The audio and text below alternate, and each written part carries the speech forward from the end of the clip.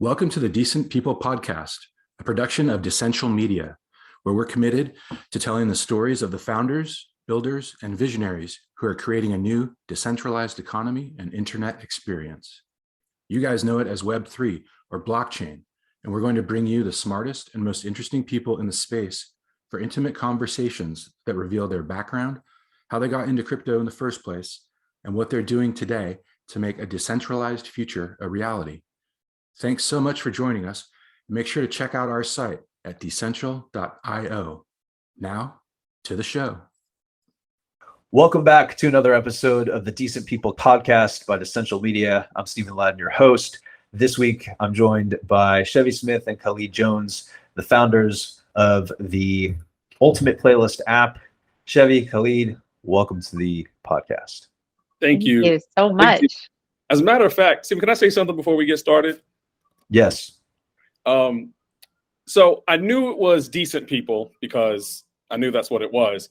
But I also thought there was like a triple entendre in there. It's like DeCent People, like, you know, Web3 is sort of a dissenting from. And then it's also like DeCent, like the cent, almost like a form of currency people. I saw a lot. It was very layered in there for me, Stephen. I think that's why the founders chose the name for the layers, for the triple entendres. You know, there's a lot to unpack from the choice. So I think they're going to be thrilled to know that the company name has made such an impact. I didn't mean to derail us. It was just, you can tell I've been thinking about this in preparation for talking. Clearly, yeah, which is good. And I think any good name prompts, you know, if it prompts conversation or thought is a good thing, which might be a great kickoff jump off point. You know, the Ultimate Playlist app. What is it? How did you guys come up with it? Why was that the name chosen? You know, maybe let's just dive right in there. Which part do you want to take, Chevy? You go. I'll go with name. You go with what it is first, and then I'll take the fun stuff about the naming portion. Sure. So the Ultimate Playlist is an app. You can think about it as internet radio to start with, but internet radio where just by virtue of listening, you have the chance to make money. And so that's what it is. 40 songs a day are put to the playlist. And as you listen, you accumulate tickets towards raffle prizes. So, and there's various ways you can earn tickets. First, by listening to the songs. If you listen to half a minute of a song, you earn a ticket. If you listen to a whole minute of a song, you earn a ticket. If you listen to the whole song, you earn. If you rate the song, you earn. So there's various ways in which you can earn tickets within the Ultimate Playlist, and all the tickets you accumulate over the course of all the songs, should you choose to listen, are automatically entered at the end of the day into a raffle with a guaranteed prize pool of $2,000. So there'll be 18 winners between $550, and they'll automatically be entered into that. So that's one way that you can win money on the Ultimate Playlist. The other way is something that we call the Ultimate Payout, and this is a chance to win $20,000 every day. So there's a guaranteed prize pool of $2,000. Yeah. We're getting deep into it. We're getting into it. So there's a guaranteed prize pool of $2,000 that's a raffle style. And then there is a drawing that happens at the end of each day. Think about it like Powerball or Mega Millions. It's a lottery style drawing. And if you match all the numbers, then you win the $20,000. Now, the way you earn chances to enter into that is if you listen to at least 30 seconds of half the songs on the playlist, you get one entry. If you listen to at least 30 seconds of all the songs, you get 3. So at the heart of what the Ultimate Playlist is trying to do is create incentivized listening on the side of the listeners, right? So it's saying, why would you listen and discover these new songs out of the goodness of your heart? Yes, somewhat, but also because you want to earn the chance to win these cash prizes, and obviously the ultimate prize. And on the other side of that, the way that we ultimately look to monetize is we view this as a promotional platform. If you're an artist, then you can work a deal with us to have your song included as one of those 40. And so for the artists, they obviously get those ready-made ears For the listeners, they have this free-to-play game where they have the chance to win money, and artists can, or labels, promote, whomever has an interest in that song will be able to promote it to those ears. So we view it as a symbiotic relationship, and also one where that value exchange is something that's very upfront. This is, we'll have editorial songs that we just like on there, but it's an opportunity for artists of all stripes. And I'll let Chevy get into deeper kind of the crux of who we think is going to really take advantage of it. But it's an opportunity for those artists to say, oh, you've got all those ready-made ears over there. I'd like to get access to those.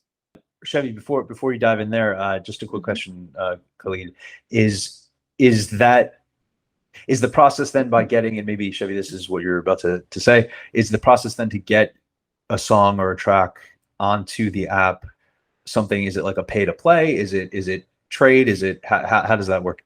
Yeah, so like we said, that we will be able to have and we will put just these are the songs that we want to play there. But the main crux of it is that we want to be very direct with the artist to say, like, here is an opportunity to put your promotional dollars towards playing the music in place where someone's going to want to be able to listen to it. So we want to the origins of this, and I'll let Chevy get deeper into it. Obviously, the origins of this is how can we create an opportunity for people to put the promotional dollars in the place where it's most useful. And so, we make the equivalent to if you're walking through Costco, if you're walking through the supermarket back when we used to walk through supermarkets, and there would be the person standing out there with the samples saying, here, try this. And the thing you just tried, it's in the freezer aisle right there. And so people decided, what's the best way for me to spend promotional dollars for my food? It's to put it in people's mouths. And so we think that the best way for someone to spend promotional dollars for their music is to put it in someone's ear. Love that. So Chevy, I mean, maybe you can tell us a little bit more about how it all works and how it all came to be. Absolutely. Well, the essential thing to understand is that a form of this is going on, whether it's transparent or not. As an artist, for as long as time and radio has existed, there have been currency exchanged in order for airtime, in order for that attention from the listener. So it used to happen with radio, and there was a gatekeeper, and there was one person deciding whether this song was good enough to go out to all of these ears. And a lot of times those people were very influenced by fabulous cruises for their family, or it was payola. Sure. I mean, like there were lawsuits about it, there were big trials about it. And then it wasn't that it disappeared after those trials, it's continued, and it's just taken different shapes and forms. So when Khalid and I first began down this path trying to figure out alternative promotional tools, it was because we were our user. We had a small development company for artists. We had teenage artists who were doing really innovative and fun work with their music. And when it came time to take it to the DSPs, there's, at this point, they're saying 88,000 songs per day going to Spotify alone. That's not even all of the different DSPs. So obviously there is just a flood in the marketplace. And so looking at an artist saying, okay, well, we've sent your song to the playlist directors. Now we just hope, and then not really having any other avenues with which to promote or to even give yourself more of a fighting chance, or to affect that algorithm, or to reach real human ears.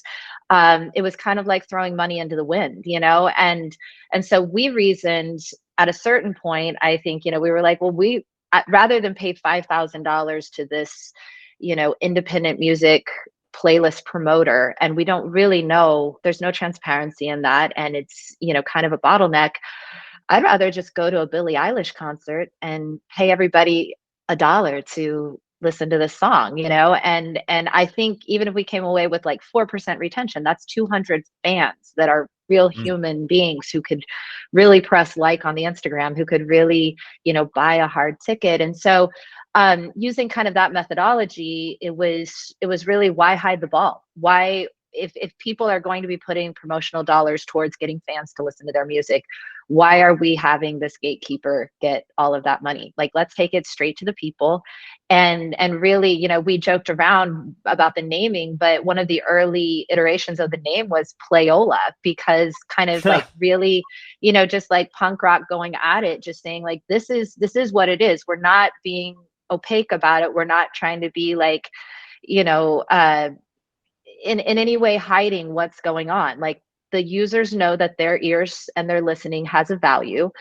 The artists know that they want lean forward listening. They don't want to be, you know, they do want to be song 63 on a 98 song playlist, but they don't want to only be that. You know, they would like some concentrated listening as well. So the other thing is just the stratification of data. You just, as a middle class, working class artist, you don't have a team big enough. You don't have you know, a marketing budget big enough to go do test marketing of things and to really know what it is that you should be putting your resources behind. So we were in this position and understood these pain points and wanted to solve for them, which is all fine and good. The real, you know, I guess turning point was that Khalid was doing a lot of work with the Arizona Lottery as a consultant.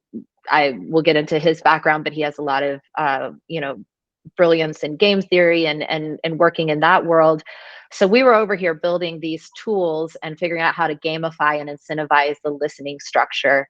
And he knew about a lot of the excitement and kind of drive over at the lottery to do new things and innovative things.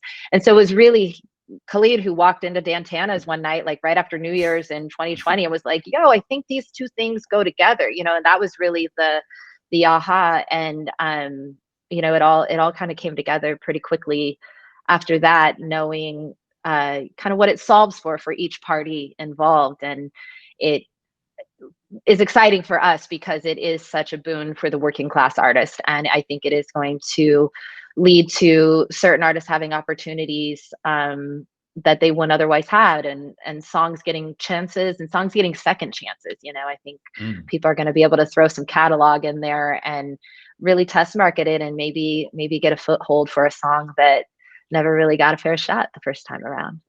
Was the aha moment at Dantana's between the two of you, or was that a meeting that then things kind of crystallized? Was that the environment in which kind of, yeah, like pasta arrived and it was no, but it was like it. Khalid definitely, you know, had the lottery expertise, and I was definitely coming from the music business side of things. And one of the I guess wonderful parts of our business partnership is our strengths are really complementary in that. So I mean, I think it was really you know, that moment is when it kind of crystallized, and it's like, yeah, that makes sense. If lottery digs it, like this could be very cool. Did you set out to solve the problem for yourselves and then realized it was bigger than you, or like how did deciding on this the ultimate playlist as the focal point, you know, really jump off? I would say it was twofold, Stephen. You know, and as Shevy mentioned, I had a relationship with the folks over there at the Arizona Lottery who have been at the forefront of innovation for their field.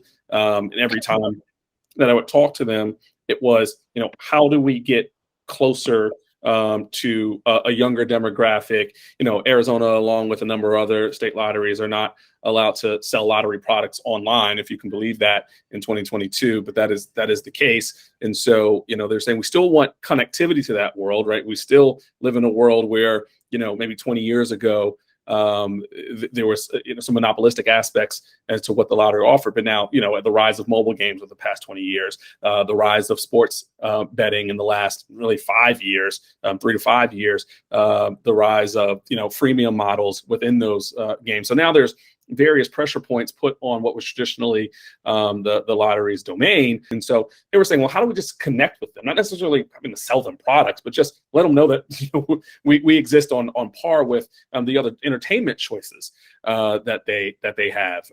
Because the lottery is cast, you know, in different lights, but at its core, it's an entertainment product that competes with the other entertainment products. And as Shevy and I were thinking about some of these issues, I said, well, maybe something that you're trying to solve for dovetails with something that we're trying to solve for as well. And then we really went through a nice back and forth with them over there. And, there's folks over there that are musicians themselves. They're director of marketing, Chris Rogers, that, was in a band, does a guitar. When you're in meetings with him, his guitars are hung up on his back wall. And just the idea that you could connect a piece of culture and offer it in a model that's free to play, but still, and it's truly free to play, not freemium, not free to play, but until a couple of minutes, and then we're going to ask for your credit card. Nothing like that. It's truly free to play. And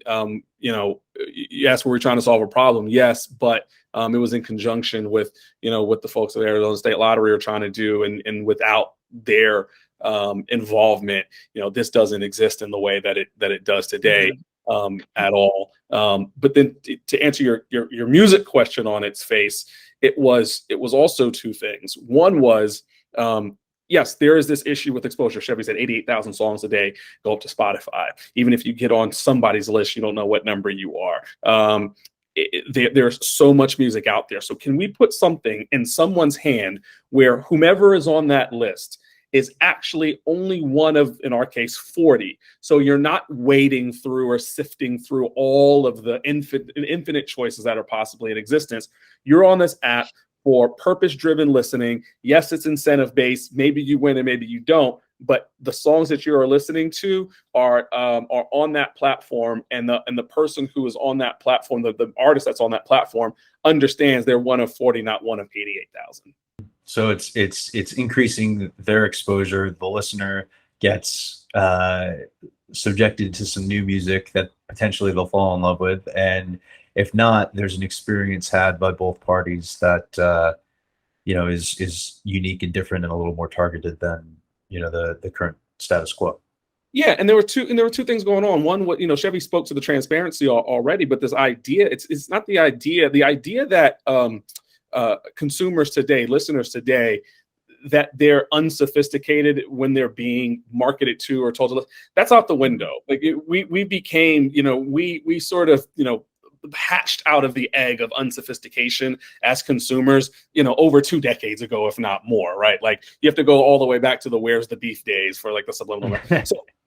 So that's that. So we thought we could really be direct, transparent and direct, I think is the two that go together, to say, how do we get to a place where, yes, we can offer slots on the playlist for promotional consideration, but then take some of that and then transfer it right back to the listeners. And so where that value exchange is happening, but also it's transparently and directly happening. And that was really important to us.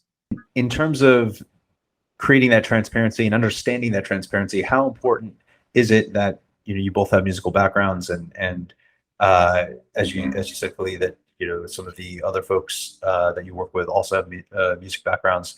How integral is that to understanding the DNA of the Ultimate Playlist and how all the pieces kind of come together? I mean, I think it's absolutely the DNA, like you said. The wonderful thing that I can vouch for, that every step of the way working with the lottery, these people love artists, they love music, they love songs. So it's just been a joy and a pleasure to create this, because it has been created with an artist in mind, and I think we've all been in those positions. So for instance, the data that's available, I think we've all been sitting there being like, well, I like this song, but I don't know, I'm too close to it. Like, can I get a real read? And so that's a tool that, is usually relegated to the top performers at a label, or you really need to have somebody, step in and say, we're going to run a test group, and that's going to be thousands and thousands of dollars. And this is something that allows artists to have access to data so they can make smart decisions. It's a really like every artist now is their own little label, their own little music company in most modern senses. And so it's just kind of taking that marketing team and that marketing tool that was not for everybody and democratizing it. Another thing about the playlist itself and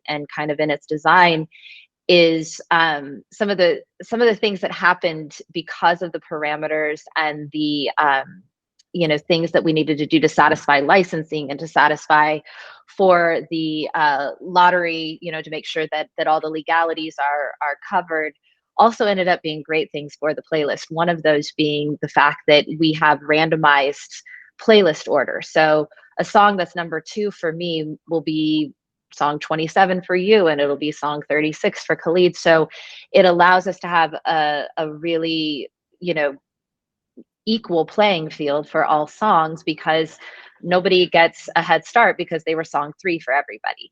So even the data that comes back has a real equal opportunity and real democratization to it that has us excited, because I think a lot of times it's random luck who gets the big push and the big support behind them, and this kind of takes a little bit of that out of it. It's not Khalid or myself or anybody at the lottery deciding who gets to be number 1 on the playlist every day. It's the RNG, will throw it in all different orders. So some of those things have, I think, made us all really excited, because we all have been in and around and been those working class musicians, And it also sounds equally as exciting, to your point, since you have the incentivized system, for both an artist to be excited that, hey, maybe my track is number 1 this week, and also for the users to be like, hey, I can potentially win some cash here from participating. Yeah, that's absolutely right. And we wanted to make the incentives real as well. There's some things out there, not in the music context, but where there's, hiding the ball or bait and switch, or, say that you can win X, but it's really not there.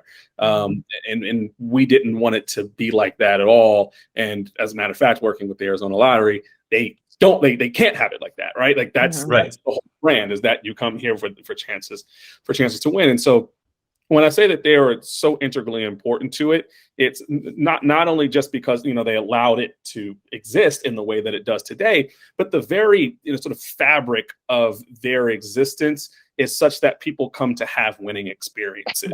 Now, it doesn't always happen, but that's the essential premise. That's why you engage with that kind of product, if you do engage with that product. So to be able to offer that possibility from a winning experience, and to combine that with a cultural experience of discovering new music, and then to combine that with the fact that people really do win, that's the incredible side from the listener side, in making that a free to play offering.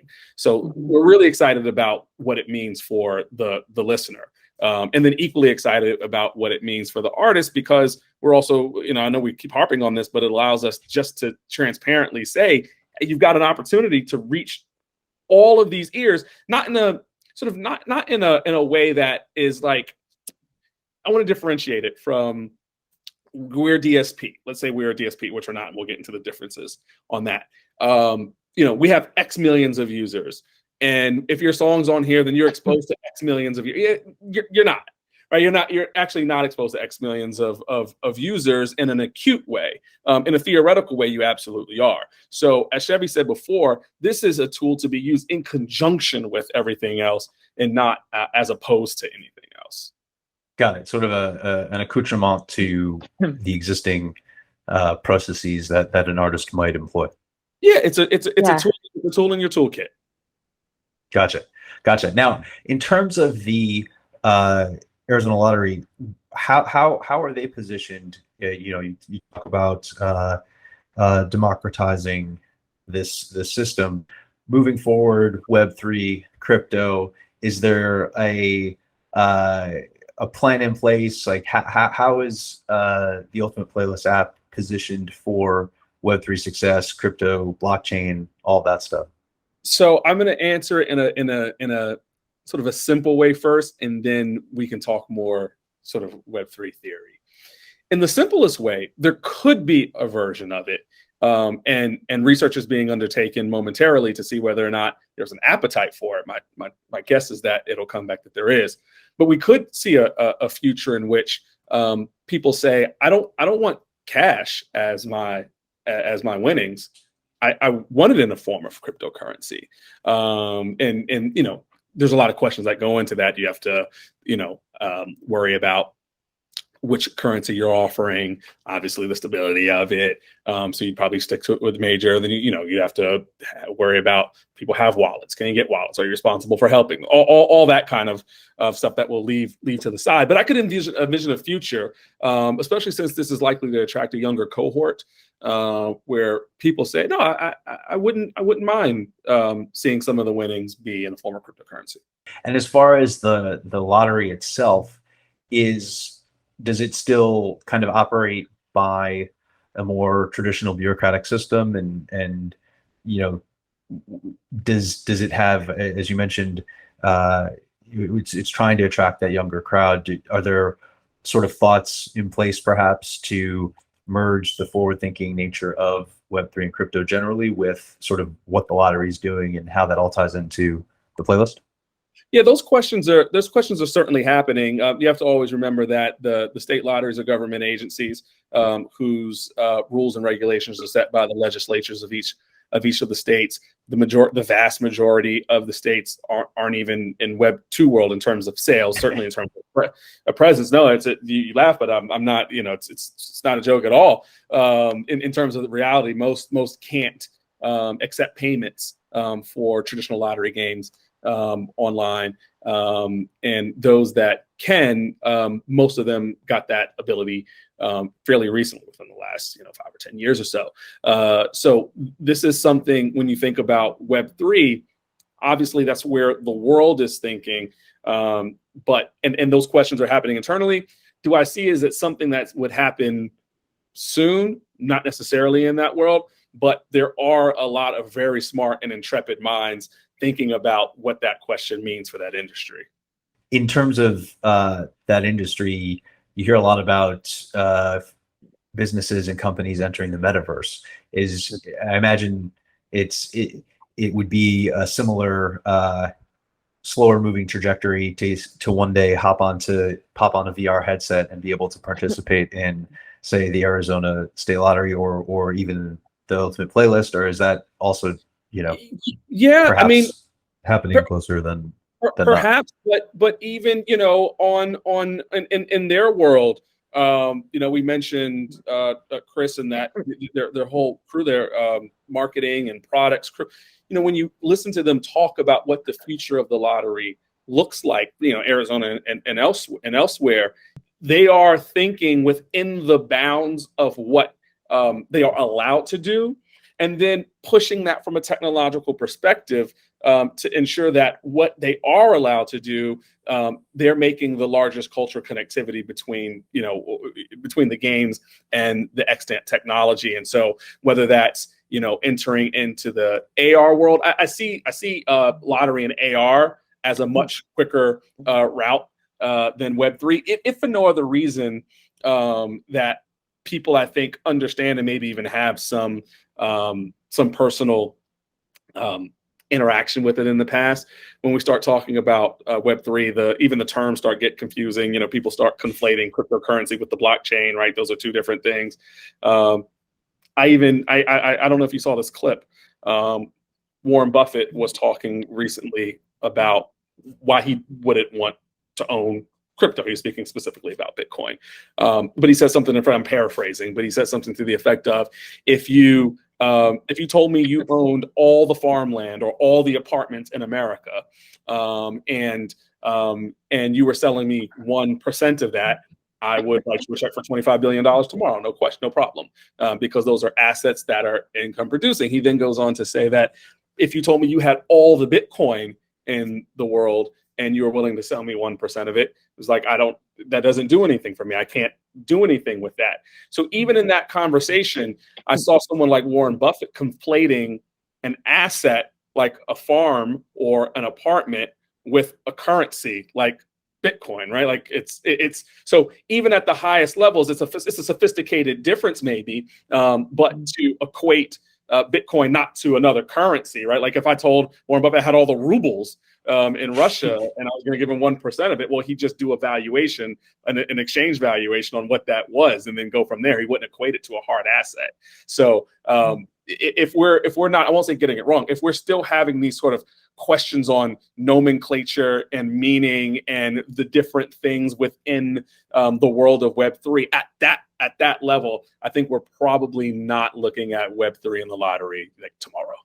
In terms of what we could expect in terms of for the Ultimate Playlist in the lottery tomorrow, do you guys have plans, if you can speak to it, to branch out into other state lotteries? And if so, is Arizona sort of the template? And Well, are there plans for that in the future? Yeah, actually, it's launching nationally. So we're a specific designation. We're powered by the Arizona State Lottery. Gotcha. But it is not an official state lottery game. So I hope I'm saying this correctly. Khalid's the attorney among us, but actually it allows them to launch nationally. So Cool. as far as that's kind of what makes this potentially so powerful, is because to have a national user base is what makes it valuable for the artists. It makes it valuable for artists in other markets. You know, if you're a band in the UK or you're in Australia and you're gonna come over here and tour, it's a great way to introduce yourself to some US based human listeners. You know, like, it's definitely not going to be bottable. We have, you know, anti-automation systems and, you know, a lot of the things that we have done that we probably would have done regardless of anything, but especially because we have the high bar of quality of working with the lottery on this, means that it's real humans with real hands who can really, you know, buy tickets and you know, tune into live streams and do all those things that artists need for support. So it is nationwide. So it's kind of, they're going big out the gate, you know, because it's specifically free to play. It's available nationwide, so it's not a lottery product in the same way as a traditional, like you go to the store and buy a scratcher ticket or things like that. That'd be restricted to the state. Gotcha. This is something that's being, you know, done by the Arizona Lottery to try to create cultural connectivity to the lottery space, but certainly is not restricted geographically to Arizona. That's super cool. So in terms of creating that cultural connectivity, while we're talking here, you know, again, we're talking about music. You guys each have your own individual musical backgrounds. Would there be any thought to using the same sort of system for movies, TV shows, stuff like that? So the answer is absolutely yes. So to the extent I used the term guinea pig earlier, to the extent that there's any guinea pigging going on, it's just from an industry perspective, right? It's in terms of, we know that this exists in the music industry. I go back to Chevy stats on how many songs are put in a day. But now, you know, anyone, if you take any sort of tranche of the content world, the same issue exists, right? Like, I'm pretty sure there is some price that you would calculate that said, if I knew I could get 50,000 people to listen to a minute of my podcast tomorrow, that I would pay that for, right? Like, there is an amount, and there's a proliferation of podcasts. There's a proliferation of YouTube content. There's a proliferation of books. So anything now, you know, content is so much more ubiquitous than it ever used to be, which means that, but we haven't gained any more days in the month or hours in the day,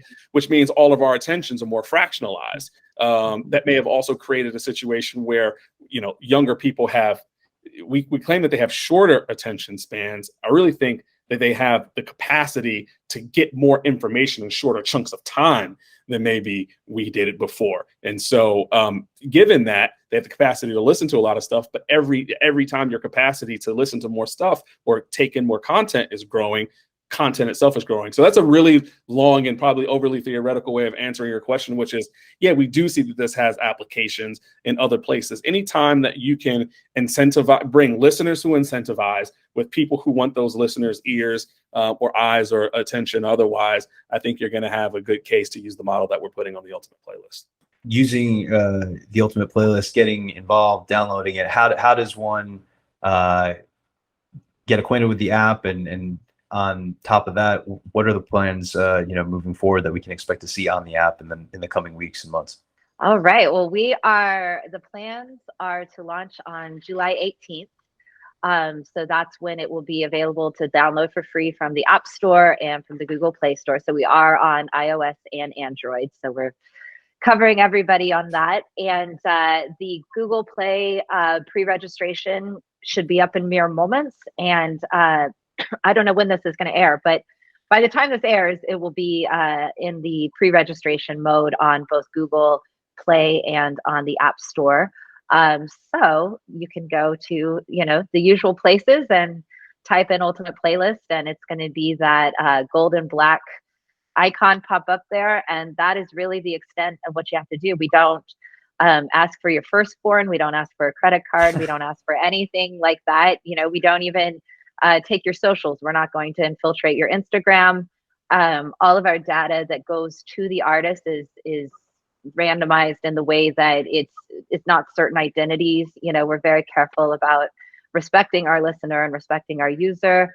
So yeah, they download it. As soon as they create a profile, that first song pops up, and it's pretty intuitive from there. You give a rating, you add your Apple Music to it so that you can get those extra tickets, and also so that you can build your playlist native within Apple Music. You can just add songs directly there so that you can go back and listen later. And it's very fun. We're in beta right now, and we're having such a ball with it. And trust me, I'm so close to the dev. I should not be having so much fun with our own app, but it's a joy. It's really fun. It lights up, that little competitive thing in you, and it's truly a game, and then you'll be like, man, but that song just like hit, so it's going to be really, really fun. Growing up, did you guys ever envision that you'd be creating an app that has essentially major implications in terms of how we listen and consume music and what that means for the music industry as a whole? I mean, I think ever since Chevy and I met, this part of, this part is fun for me. Most of my world is spent, not being able to do fun music stuff on a day-to-day basis. And then, this part of my world and I think ever since she and I started talking about things like this, that was kind of the intent, is to say, are there issues that we can solve in a sense? So, early on we were talking about things that you could do in the streaming world. Well, how, what can you do there? Can you pull people together? Can you have them, write songs right on the spot in 60 minutes and then record those songs right then and there for everyone to see? That's pretty cool exposure. That shows how talented people are.